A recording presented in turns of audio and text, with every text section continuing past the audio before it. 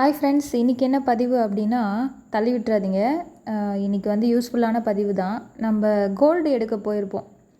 அதை எப்படி நிர்ணயம் பண்ணுறாங்க, அதுக்கான வேலைப்பாடுகளை வச்சு நம்ம ஒரு பொருள் எடுக்கிறோம், எப்படி அதோட வேஸ்டேஜ் போடுறாங்க அப்படின்றத நம்ம பார்க்குறதே கிடையாது. நம்மளுக்கு பிடிச்ச டிசைனை வந்து எடுத்துகிட்டு வந்துகிட்டே இருக்கோம்.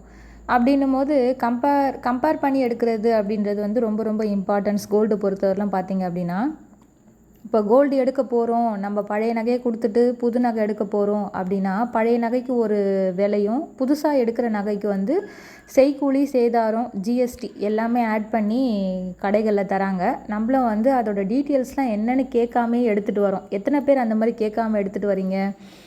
எத்தனை பேர் அதை பற்றி தெரிஞ்சுக்கணுன்னு ஆசைப்பட்றீங்க? எத்தனை பேர்கிட்ட வந்து அந்த அவேர்னஸ் இருக்குது அப்படின்றது எனக்கு தெரியல. அப்படி அவேர்னஸ் இருக்குது அப்படின்னா என்கிட்ட ஷேர் பண்ணுங்கள் கமெண்ட் பாக்ஸில். அவேர்னஸ் இல்லை அப்படின்னா வீடியோஸ் ஃபுல்லாக பாருங்கள். என்ன அப்படின்னா, கொடுக்குற நகை வந்து பழைய நகை வந்து 916 இருந்துச்சு அப்படின்னா இன்றைக்கி ரேட்டுக்கு எடுக்கிற தங்க நகை கடைகள் வந்து குறைவு தான். அதே வந்து இப்போ பார்த்திங்க அப்படின்னா 2% மைனஸ் பண்ணி எடுப்பாங்க 916 இருந்தாலுமே. பிலோ 916 இருக்குது, நகையோட தரம் வந்து கம்மியாக இருக்குது அப்படின்னா நம்மக்கிட்ட வந்து சில பர்சன்டேஜ் வந்து மைனஸ் பண்ணி எடுப்பாங்க.